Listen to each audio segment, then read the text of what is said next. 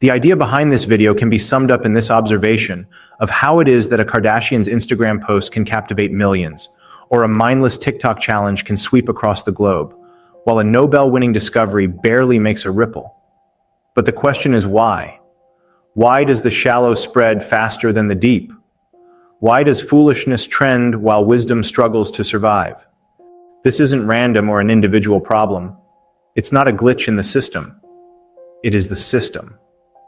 As Nietzsche warned, madness in individuals is rare, but in groups, it is the rule. When people gather in masses, whether in town squares or digital feeds, rationality becomes optional.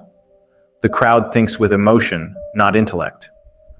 Voltaire saw the same danger centuries earlier when he said, "Those who can make you believe absurdities can make you commit atrocities."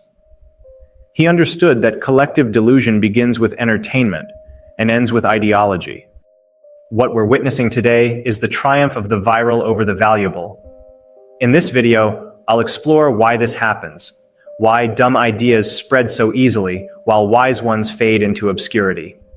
I'm not speaking through the lens of a single philosopher, because no one thinker fully captured this phenomenon. Instead, I'll draw from many to understand how psychology, society, and technology intertwine to amplify the trivial. Take what resonates with you, leave what doesn't, and add your own thoughts in the comments. So let's get into it. The herd instinct and social proof. As social creatures, we are wired to look to others for cues about what is normal, acceptable, or valuable. Psychologists call this social proof, the tendency to believe that if many people are doing something, it must be right. Our evolutionary past programmed us this way. For most of human history, survival depended on belonging. Following the group meant safety. Straying too far from the tribe could mean death. That ancient instinct still governs our digital lives today. If an idea, meme, or video is being shared by thousands, our brain subconsciously assumes it must be valid or worth our attention. As psychologist Robert Cialdini explains, we are far more likely to believe a trend is legitimate, appealing, or socially rewarding when we see peers, celebrities, or influencers engaging with it. On the internet, this instinct takes exaggerated forms. A video with 1 million views seems important. A trending hashtag or viral dance challenge feels irresistible. This is where FOMO, the fear of missing out, takes over. We don't just want to watch, we want to participate. When everyone is posting the latest meme collage or taking part in a viral challenge, not joining in can feel like being left out of a cultural inside joke. And being excluded from a shared trend, even a silly one, can feel like a social faux pas. So we imitate, we repost, we dance, we perform, not always because we care, but because we want to belong. The danger is that the herd can elevate nonsense to the level of truth. Pseudo-spiritual fads thrive this way, because when a large enough group believes in something, skepticism starts to feel like rebellion. Social media algorithms amplify this cycle. The more people click, like, and share a post, the more it spreads, regardless of whether it's true or wise. Popularity becomes the new proof of truth. Before long, a meaningless trend or half-baked claim gains momentum simply because the herd stamped its approval on it. Even academia isn't immune. Social media encourages people to curate identities and signal belonging. Posting something viral says, "I'm in tune with the moment." A quick joke, a meme, or an ironic take gets attention. A serious thought rarely does. In this attention economy, the crowd decides what matters, and it usually chooses the familiar over the profound. Voltaire once said, "It is dangerous to be right in matters on which the established authorities are wrong." The same holds true today. Speaking uncomfortable truths or sharing ideas that challenge the herd can isolate us. Most people would rather be liked than be right. That is what we can call the comfort of simplicity, which I am going to discuss now. The comfort of simplicity. No more. Where ignorance is bliss, 'tis folly to be wise. Thomas Gray's 18th century verse captures a truth that feels even more relevant today. Most people would rather feel good than think deeply. Our brains crave simplicity, short, clear, familiar ideas that make sense instantly. Complexity feels like work, and our minds are wired to avoid unnecessary effort. Psychologists call this tendency cognitive ease, the comfort we feel when processing something that's simple, familiar, or easily understood. When we encounter an idea we've seen 100 times before, it feels right, even if it isn't. On the other hand, when we meet a new or complicated concept, our brain switches into analytical mode, the system 2 thinking. That mode is slow, effortful, and tiring, so we instinctively try to dodge it. In short, our brains are lazy. We prefer what's easy to digest over what's hard to think about, and that has huge implications for what goes viral. Dumb ideas by nature tend to be simple. They require no deep reflection, no intellectual effort, no questioning of assumptions. A catchy slogan, a short clip, or a colorful meme slides into our minds with no resistance. Complex truths, however, demand time and focus. Two things our attention-starved culture has little patience for. Familiarity strengthens this bias even further. This means repetition alone can make something feel true, a phenomenon known as the illusory truth effect. Hear a statement enough times, and your brain starts to accept it automatically. A meme that repeats the same punchline across dozens of pages begins to feel more real, while a new, nuanced perspective feels strange and suspicious. In a world driven by repetition, likes, shares, algorithms, this becomes a self-reinforcing loop. The familiar spreads, the novel fades, the easy thrives, the complex withers.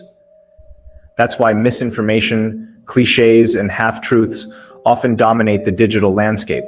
They're simple, repeated, and comforting. Alexander Pope warned of this centuries ago. A little learning is a dangerous thing. Drink deep, or taste not the Pierian spring. He meant that knowing just a little, without diving deeper, can lead to arrogance and error. Today, the internet is our modern Pierian spring. But instead of drinking deeply from the waters of knowledge, most people just take shallow sips. A quote here, a viral clip there, never enough to truly understand. A little knowledge gives the illusion of wisdom, and that illusion spreads faster than truth ever can. There's another reason dumb ideas spread so easily, one that goes beyond simplicity. And that's what we're going to explore next. The emotional thrill over intellectual truth. Studies on virality consistently show that content charged with strong emotions, joy, fear, anger, awe, or outrage, spreads far faster than calm, logical information. Similarly, large-scale research on millions of tweets revealed that posts filled with negative or intense emotional energy, especially anger and shock, attract the most attention. In plain terms, outrage and thrill travel faster than reason. Why? Because social media runs on dopamine. Every like, share, or comment gives us a small hit of pleasure, a reward in the brain's chemistry. Emotionally charged posts trigger this loop far more powerfully than facts or reasoned arguments ever could. A funny clip, a heartwarming story, or a scandalous rant all generate that immediate rush of engagement. Each notification reinforces the behavior. We post, we feel rewarded, and we do it again. Over time, we become conditioned to chase emotional highs rather than intellectual depth. This isn't just psychology, it's the algorithm at work. Social media platforms are designed to boost content that sparks engagement. Sharing emotional content also gives us a fleeting sense of power. When we share something outrageous, we feel like we're doing something, exposing injustice, expressing solidarity, or warning others.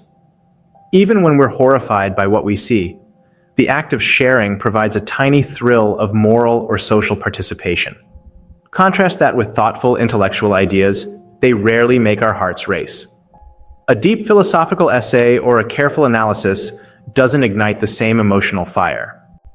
As Aristotle noted in Rhetoric, persuasion depends not just on logic, but on emotion. Without emotional spark, even the wisest message struggles to move people. A video of a kitten doing something silly can easily outperform a profound lecture on ethics, because one sparks immediate joy, while the other requires attention and effort. Nietzsche understood this all too well. He warned that modern society was breeding what he called the last man, a creature who seeks comfort, pleasure, and amusement over truth or greatness. For the last man, feeling entertained replaces the need to think. The world becomes a stage of spectacles, not ideas. But emotional contagion doesn't just make us shallow, it also divides us. Because emotion doesn't just unite people, it polarizes them. The same forces that make us share exciting nonsense also drive us into tribes that reinforce what we already believe. This brings us to the next chapter: tribalism and the echo chamber. And that's what I'm going to discuss now. Tribal belonging, echo chambers. Humans are social creatures, and throughout history, survival often depended on loyalty to one's tribe. Today, that same instinct plays out online. We gather into digital tribes, political, cultural, religious, or ideological, and within each, certain ideas become sacred symbols of identity. Sharing them signals loyalty, questioning them can feel like betrayal. Algorithms feed us posts from people who think like us, creating echo chambers where our worldview is constantly mirrored back. In these insulated spaces, false or absurd ideas are rarely challenged. Instead, they're repeated, liked, shared, and normalized until they feel like unquestionable truths. This makes new or challenging truths dangerous. If your tribe, be it a political faction, religious community, or online fandom, insists on a simple, comforting narrative, any contradiction threatens its cohesion. So people cling to the familiar myth and reject dissent. Echoing the tribe's slogan brings praise, questioning it invites outrage. Confirmation bias fuels this even more. Emotional lies travel faster than rational truths because they serve the deeper purpose of belonging. Hannah Arendt's concept of the banality of evil described how ordinary people can commit terrible acts simply by obeying collective ideology without reflection. In these cases, people trade reason for the warmth of group acceptance. When a tribal meme or slogan aligns with what a group already believes, it spreads like wildfire. The logic or accuracy hardly matters. What matters is that it says, "We are right. We are us." A viral trend isn't just entertainment, it's social glue. And in this process, complexity and nuance are sacrificed for belonging and identity. This is why truly wise voices so often go unheard. Groups rarely reward humility, nuance, or self-critique. Those qualities threaten the unity of the tribe. As Voltaire's warning reminds us, truth can be dangerous to one's social standing. Absurdities, on the other hand, travel freely because they flatter the group's emotions and reinforce its identity. We amplify what strengthens our tribe, not what strengthens our understanding. We share ideas that say, "We belong," even if they make us collectively blind. And perhaps that's the greatest irony of our age.